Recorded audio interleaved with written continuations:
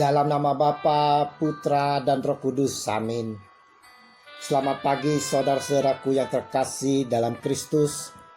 Berjumpa lagi pada perenungan hari ini, tanggal 5 Mei 2020. Perenungan hari ini kita ambil dari Injil Yohanes bab 10 ayat 22 sampai dengan 30. Hidup dalam kebimbangan akan membuat kita menjadi resah. Penantian yang panjang membuat kita menjadi bosan, dan ini akan membuat kita menjadi putus asa, frustasi, dan kurang gairah. Inilah yang dirasakan oleh orang-orang Yahudi di saat Yesus berjalan-jalan di Bait Allah di Serambi Salomo. Maka orang-orang Yahudi mengelilingi dia dan berkata kepadanya, "Berapa lama lagi engkau membiarkan kami hidup dalam kebimbangan? Jikalau engkau Mesias, katakanlah terus terang kepada kami." Ayat 24. Saya teringat suatu kali saat saya antri BPJS di sebuah rumah sakit daerah. Ada seorang bapak yang mengeluh akan kehidupan yang dijalaninya. Dia bingung, tak ada kepastian. Dia bertanya, "Berapa lama lagi saya harus bertahan dalam sakit ini? Berapa lama lagi saya dapat hidup senang, bahagia tanpa sakit? Di manakah Tuhan itu?"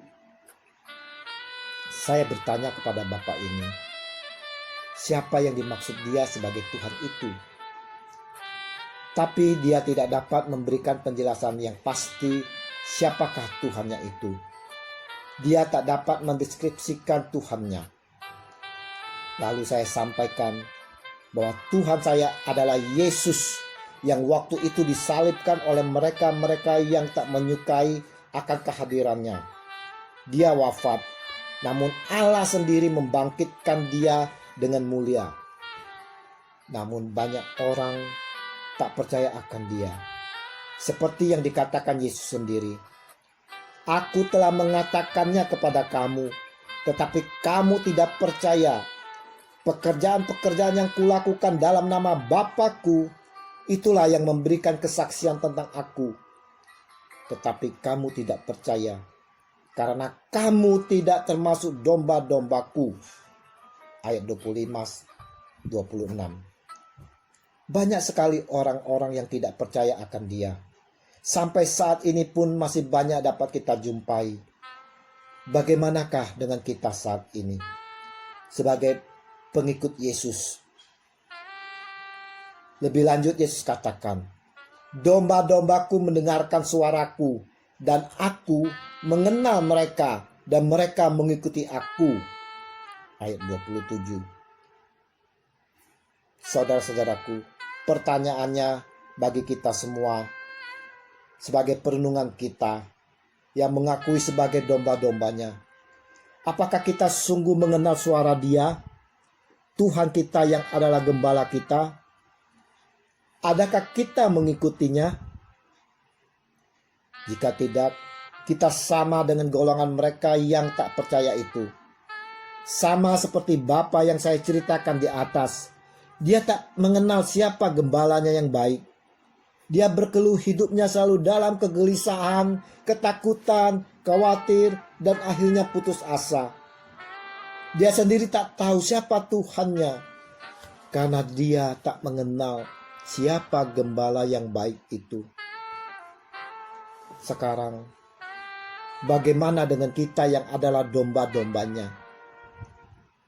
Sungguh mengenalkah kita siapa Tuhan itu? Sungguh mengenalkah kita akan suaranya?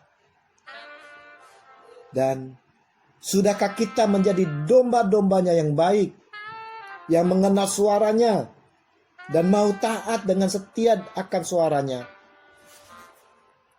Saudara-saudaraku yang terkasih dalam kasih Kristus, dalam Injil hari ini, Yesus menyampaikan sebagai peringatan kepada kita semua bahwa domba-dombaku mendengarkan suaraku, dan aku mengenal mereka, dan mereka mengikuti aku, dan aku memberikan hidup yang kekal kepada mereka, dan mereka pasti tidak akan binasa sampai selama-lamanya, dan seorang pun tidak akan merebut mereka dari tanganku.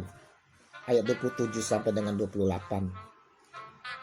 Ketika kita mendengarkan suaranya dan mengikuti dia, kita akan aman dalam iman kita dan kepercayaan kita kepada Allah. Kita tak akan mengalami kegalauan, ketakutan, khawatir, ataupun putus asa.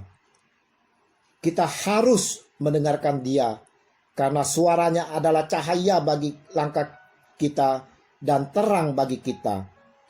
Mazmur 116 ayat 105. Dan terang suaranya kita dapat melihat siapakah Allah sesungguhnya. Dengan mengikuti Yesus Kristus, kita menemukan langkah yang benar menuju surga.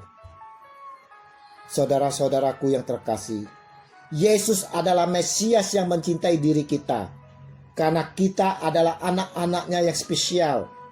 Diri kita begitu spesial di matanya. Percayalah kepada setiap perkataannya, dan turutilah dan taat dan setia, maka kita akan merasakan damai Yesus bekerja di dalam diri kita. Sekali lagi saudara-saudaraku, dengarkanlah suaranya, ikutilah dia dengan setia dan taat. Semoga dalam perenungan ini meneguhkan iman kita. Kita akan lebih percaya lagi pada dia, Tuhan kita Yesus Kristus yang adalah Sang Gembala. Kemuliaan kepada Bapa dan Putra dan Roh Kudus, seperti pada permulaan, sekarang, selalu, dan sepanjang segala abad. Amin. Dalam nama Bapa, Putra, dan Roh Kudus. Amin.